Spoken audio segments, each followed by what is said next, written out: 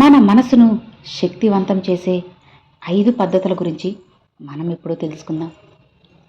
అసలు మన కోసం మనం ఎంత సమయం మిగులుతుంది ఆలోచించారా? నిజానికి ఒక్క నిమిషం కూడా లేదు. ఇతరులతో మాట్లాడుతూ ఉంటాం, కానీ అసలు మన లోపల ఏం జరుగుతుందో తెలుసుకునే సమయం మాత్రం ఉండదు.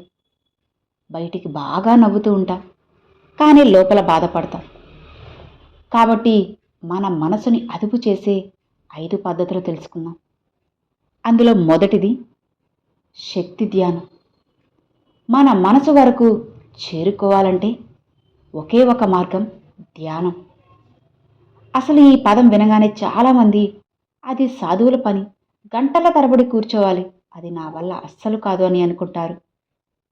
కానీ మీకు తెలుసా, సరిగ్గా 10 నిమిషాలు నీవు కేవలం నీ కోసంగా కూర్చొని కళ్ళు మూసుకొని నీ శ్వాసను గమనిస్తే చాలు.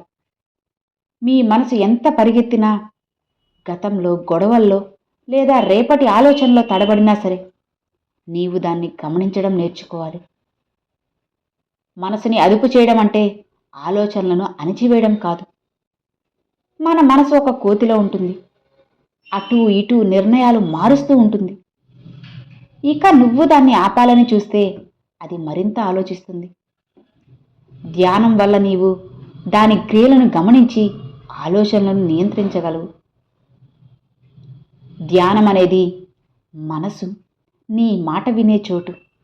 నీవు మాట్లాడడం పూర్తిగా ఆపినప్పుడు అది నీకు స్పష్టంగా కనిపిస్తుంది. మొదలు పెట్టినప్పుడు కాస్త కష్టంగా ఉంటుంది, శరీరం అసౌకర్యంగా ఉంటుంది. కానీ ఒక్కసారి నువ్వు మొదలు పెడితే చాలు, నీ లోపల దాగి ఉన్న శక్తిని మొత్తం అనుభవిస్తావు. అది నిన్ను నీలోని శాంతికి పరిచయం చేస్తుంది. అక్కడ నీకు భయం, ఆందోళన, హడావిడి ఏమీ ఉండవు. రోజంతా ఒత్తిడిలో, సోషల్ మీడియాలో, అనేక ఆలోచనలో, గందరగోళంలో మన మనసు మురికి నీటిలా ఉంటుంది. ధ్యానం మనసుని స్థిరంగా ఉంచుతుంది. మురికి నీరు కొద్దిసేపటికి స్థిరపడి స్వచ్ఛమైన నీరు పైకి వచ్చినట్లు మనసులోని చెడు ఆలోచనలు పేరుకుపోయి మనసు స్వచ్ఛమవుతుంది. ధ్యానమేం మ్యాజిక్ కాదు, ఇది నిన్ను నీలోని వాస్తవికత ముందు నిలబడుతుంది. నీ భయాలు, ఆశలు, కోపం, కోరికలు అన్నీ నీ ముందుకు తెస్తుంది. అప్పుడు నువ్వు ఏం చేయాలన్నది స్పష్టతతో చేయగలవు. రోజు ఉదయం లేవగానే లేదా రాత్రి పడుకునే ముందు ఒక్క 10 నిమిషాలు నీ కోసం సమయం కేటాయించు. నిశ్శబ్ద ప్రదేశంలో కళ్ళు మూసుకొని శ్వాసను గమనిస్తే నీలోని హడావిడి తగ్గుతుంది. మనసుపై నీకు నియంత్రణ వస్తుంది. ఈరోజు నువ్వు అనుకున్న పనిని స్పష్టతతో సులభంగా చేయగలవు. ధ్యానం అంటే కేవలం కళ్ళు మూసుకోవడం కాదు. ఈ రోజుల్లో మన జీవితంలో ఇది తప్పక ఖచ్చితంగా అలవాటు చేసుకోవాల్సిన పద్ధతి. మనం ఎప్పుడూ కూడా గతం గురించి, రేపటి ఆందోళనలో చిక్కుకుంటాం కదా, అప్పుడు ప్రస్తుతాన్ని మర్చిపోతాం. ధ్యానం నిన్ను ప్రస్తుతంలో ఉంచుతుంది. గమనించావా, నీవు ఏ పని చేయకుండా నిశ్చలంగా కూర్చున్నప్పుడు మనసు ఎన్ని ఆలోచనల్లో అస్థిరంగా తిరుగుతుంది? ఎందుకంటే మన మనసు అనేది శాంతంగా ఉండడం మర్చిపోయింది. కానీ నీ శ్వాసపై దృష్టి పెడితే నీవు నీ జీవన ప్రక్రియలో కలిసిపోతావు. నీ మనసులో ఆందోళన శాంతించడం మొదలవుతుంది. కొంతమంది అనుకుంటారు, ఇదంతా నా వల్ల కాదు, నేను చాలా బిజీ కదా, అసలు నాకు టైం ఎక్కడుంది అని. కానీ గుర్తుపెట్టుకోండి, నీ మనసు అనేది స్థిరంగా లేకపోతే నీ శక్తి చెల్లాచెదురవుతుంది. అప్పుడు నువ్వు రోజంతా చేసే పనుల్లో సమతుల్యత ఎలా ఉంటుంది? ధ్యానం నీ భయాన్ని, కోపాన్ని, అసౌకర్యాన్ని తగ్గించి నీలోని అపారమైన సామర్థ్యాన్ని చూపుతుంది. సరిగ్గా 10 నిమిషాలు ధ్యానం చేస్తే అది అలవాటవుతుంది. కొన్ని రోజులు చేస్తే తర్వాత ధ్యానం కోసం కూర్చోవలసిన అవసరమే ఉండదు. నువ్వు చేసే పనిలో ప్రతి నిర్ణయంలో అవగాహనతో జీవిస్తావు. అప్పటి నుంచి నిజమైన ధ్యానం మొదలవుతుంది. అది నీ జీవన విధానంలో భాగమవుతుంది. కానీ నువ్వు ముందు మొదలు పెట్టాలి కదా. ఇదంతా సరిగ్గా 10 నిమిషాల నిశ్శబ్దంతో మొదలవుతుంది. నువ్వే ఆలోచించు, నీ జీవితాన్ని మార్చాలనుకుంటున్నావా? అయితే ముందు నీవు సమయం నీకోసం ఇవ్వు. నీ ఆలోచనలు స్వచ్ఛమవుతాయి. మనసు తేలికవుతుంది. నీలోని శాంతి బయటకు వస్తుంది. ఇప్పుడే ఈ రోజు నుంచే మొదలుపెట్టు. బయటి ప్రపంచం నుంచి దూరంగా ఉండు. ఇక మన మనసుని అదుపు చేసే రెండవ శక్తి గమనించడం. కొన్నిసార్లు నీ ఆలోచనలు అనవసరమైన భయాలు, ఆందోళనలు లేదా అసంపూర్తి కోరికలను తీసుకొస్తాయి. ప్రతికూల ఆలోచనలు వచ్చినప్పుడు వాటిని ఆపాలని అనిపిస్తుంది. కానీ అతి పెద్ద తప్పు ఆలోచనలను ఎలా ఎదుర్కోవాలో మనం నేర్చుకోలేదు. మంచిగా ఆలోచించు, చెడుగా ఆలోచించకు. అనవసర ఆలోచనలను తీసివేయి. కానీ ఎలా అని ఎవ్వరూ చెప్పరు. ఆలోచనలను అణచివేయడం సాధ్యం కాదు. నువ్వు అణచడానికి ప్రయత్నిస్తే మరింత బలంగా బయటకు వస్తాయి. లోపల పేరుకుపోయి ఒకరోజు బద్దలై బయటకు వస్తాయి. ఆలోచనలను పట్టించుకోకుండా ఉండు. వాటికి రెస్ట్ ఇవ్వకుండా చూడు. మన మనసు ఆకాశం లాంటిది. మరి ఆలోచనలు మేఘాల్లాంటివి. అవి రకరకాలుగా వస్తాయి. కొన్నిసార్లు స్వచ్ఛంగా, కొన్నిసార్లు తుఫానులా. నీ లోపల ఉన్నది భయమా, కోపమా, అపరాధ భావన నీవు గుర్తించాలి.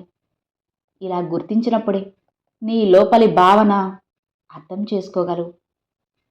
ఎవరైనా సరే నీ ఎదురుగా చెడుగా మాట్లాడితే నీకు కోపం వస్తుంది. కానీ నువ్వు గమనిస్తే కోపం వచ్చిన విషయం నీకు తెలుస్తుంది. మనసు నీ మాట వింటే ఆ కోపాన్ని దూరం చేయగలవు. ధ్యానం చేస్తున్నప్పుడు కొన్నిసార్లు చెడు ఆలోచనలు వస్తాయి. అసలు నేను ధ్యానానికి అర్హుడిని కాదు అనిపిస్తుంది. కానీ ఆలోచనలను తీసివేయడం కాదు, వాటిని బయటికి రానివ్వడం గమనించండి. ఇదే నీ ధైర్యం. ఇక మూడవది బ్రహ్మచర్యం. ఎప్పుడైనా ఆలోచించావా? మన అతిపెద్ద అలసట ఇతరుల నుంచి లేదా జీవిత సమస్యల నుంచి రాదు. మన మనసు నిరంతరం ఏదో సాధించాలనే కోరికలో పరిగెత్తడం వల్ల వస్తుంది. ప్రతి క్షణం ఏదో లక్ష్యం, ఆకర్షణ, కోరిక మనసును ఆపనివ్వవు. మనసు అలసిపోతుంది. ఎందుకంటే అది ఎక్కువ పనిచేస్తుంది. కోరికల వెంట పరిగెత్తుతుంది. మనసు అలసిపోతే ఆలోచనను చూడలేము. లోపల అసౌకర్యం ఉంటుంది. ఇక అక్కడే ఏర్పడుతుంది మూడవ శక్తి, జన్మిస్తుంది. బ్రహ్మచర్యం అంటే నిన్ను శిక్షించుకోవడమా లేదా సుఖాల నుంచి పారిపోవడం కాదు. నీ మనసు చెప్పిన ప్రతి కోరికను వెంటనే నెరవేర్చకుండా ఉండడం. ఇప్పుడు వద్దు అనే భావనను సృష్టించడం. నాకు ఇది కావాలి, కానీ నేను వేచి ఉండగలను అని అనుకోగలగాలి. బ్రహ్మచర్యం అనేది శారీరక విషయాలకు మాత్రమే పరిమితం కాదు. నువ్వు ప్రతి కోరికకు లొంగిపోతే ఫోన్, ఊహలు, శారీరక కోరికలు, నీ మానసిక, ఆధ్యాత్మిక శక్తిని కోల్పోతావు. నీ ఏకాగ్రత బలహీనపడుతుంది. బ్రహ్మచర్యం నిన్ను నీ శక్తితో కలుపుతుంది. నీవు నీ మనసు బానిస కాదు, నీ శరీర కోరికల కంటే పెద్దవాడు.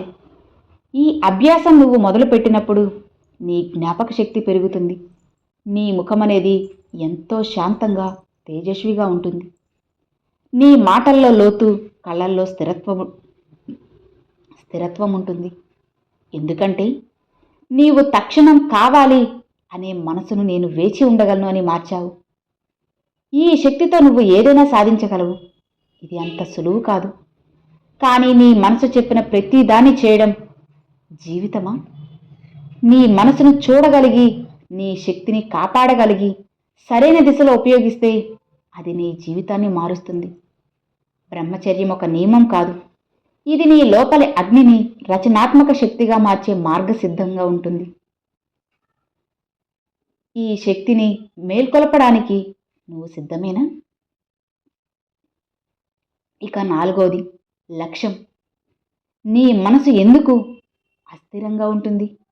కొన్నిసార్లు ఉత్సాహంగా ఉంటుంది, కానీ కాసేపటికి అసంతృప్తి, ఏదో తప్పిపోయినట్లు అనిపిస్తుంది. మనసు ఒక చిన్న పిల్లాడిలా అటూ ఇటూ పరిగెత్తి చివరికి నిన్నే అలసిపోయేలా చేస్తుంది. కానీ ఆ పిల్లాడికి అందమైన ఆట ఒక లక్ష్యం ఇస్తే అది సంతోషంగా ఉంటుంది. నీ మనసుకు స్పష్టమైన లక్ష్యం ఇవ్వు. అప్పుడు ఆ చల్లా చెదురైన మనసు నీ అతిపెద్ద బలంగా మారుతుంది. ఖాళీ మనసు చెడు ఆలోచనల ఇల్లు అంటారు. ఎందుకంటే మనం దానికి ఎలాంటి లక్ష్యం ఇవ్వం. రోజులు గడుస్తాయి, నువ్వు ఏమీ సాధించలేదని తెలియకుండా. ఇక్కడే భయం, ఆలస్యం, చెడు అలవాట్లు పుడతాయి. కానీ ఒక లక్ష్యం పట్ల నీవు నిజంగా అంకితమైతే ఇతరులతో పోల్చుకోవడానికి, ఫిర్యాదు చేయడానికి సమయం ఉండదు. నీ మనసు ఆ లక్ష్యంలో మునిగిపోతుంది. లక్ష్యం ఉన్నప్పుడు నీవు గడియారం కోసం కాదు, నీ ఉత్సాహంతో ఉదయం లేస్తావు. అలసట కూడా ఒక ఉత్సాహంగా మారుతుంది. లక్ష్యం లేని నది చిత్తడి నీళ్ళలా మారుతుంది. నీ మనసుకి ఒక లక్ష్యం ఇవ్వు. అది సమాజానికి చూపించడానికి కాదు, నీ హృదయం నుంచి రావాలి. నీవు ఒక పనిలో పూర్తిగా మునిగిపోతే ఆందోళన నిన్ను వెంటాడవు. ఆ క్షణంలో నీ మనసు ఒకే చోట కేంద్రీకృతమవుతుంది. అదే మనసు యొక్క శక్తి. ఇక చివరిగా 5వది సాంగత్యం. నీవు ప్రతిరోజు చూసే వ్యక్తి, నీవు జీవించే జీవితం, అది నువ్వేనా? లేక సమాజం, వాతావరణం, సంగతి నిన్ను అలా చేశాయా? ఎవరు సోషల్ మీడియా వ్యసనంతో పుట్టలేదు, కానీ సమయం, వాతావరణం, ఇలాంటి సంఘటనలు వారిని అలా మారుస్తాయి. ఒక మొక్కకు సరైన సూర్యరశ్మి, నీరు, గాలి లేకపోతే అది వాడిపోతుంది. మన మనసు కూడా అంతే. నీవు ప్రతిరోజు ఫిర్యాదులు, విమర్శలు, ఇతరుల గురించి చెడుగా మాట్లాడే వాతావరణంలో ఉంటే ఎన్ని మంచి పుస్తకాలు చదివినా ఫలితం ఉండదు. నీ ఆత్మను శాంతపరిచే సంగతి లేకపోతే ధ్యానం, మనసు స్థిరపరచడం కేవలం మాటలుగానే ఉంటాయి. శాంతి బయట నుంచి రాదు, అది నీ లోపల నుంచి క్రమంగా తెరుచుకుంటుంది. నీవు ఒక గదిలో పొగతో గంటల తరబడి ఉంటే దగ్గు లేకుండా ఉండగలవా? అలానే నీ మనసును పోలికలు, విమర్శలు, చెడు సంగతిలో ఎందుకు ఉంచుతావు? శాంతమైన సమస్యలకు పరిష్కారాలు వెతికే వ్యక్తులతో సమయం గడిపితే నువ్వు బాగా అనుభవిస్తావు. కానీ ప్రతి దానిలో సమస్యలు వెతికే ఆనందంలో లోపాలు చూసే వ్యక్తులతో ఉంటే నీ లోపలి కాంతి క్రమంగా ఆరిపోతుంది. నీ జీవితంలో ఏ వృక్షం నాటబడుతుంది? పుష్పాలు పూసే వృక్షమా, ముళ్ళు పొడిచే వృక్షమా?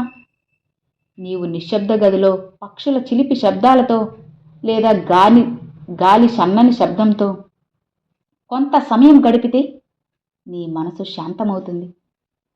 టీవీ శబ్దం, ఫోన్ నోటిఫికేషన్లు, ప్రపంచ హడావిడిలో మునిగిపోతే నీవు నీతో కనెక్ట్ కాలేవు.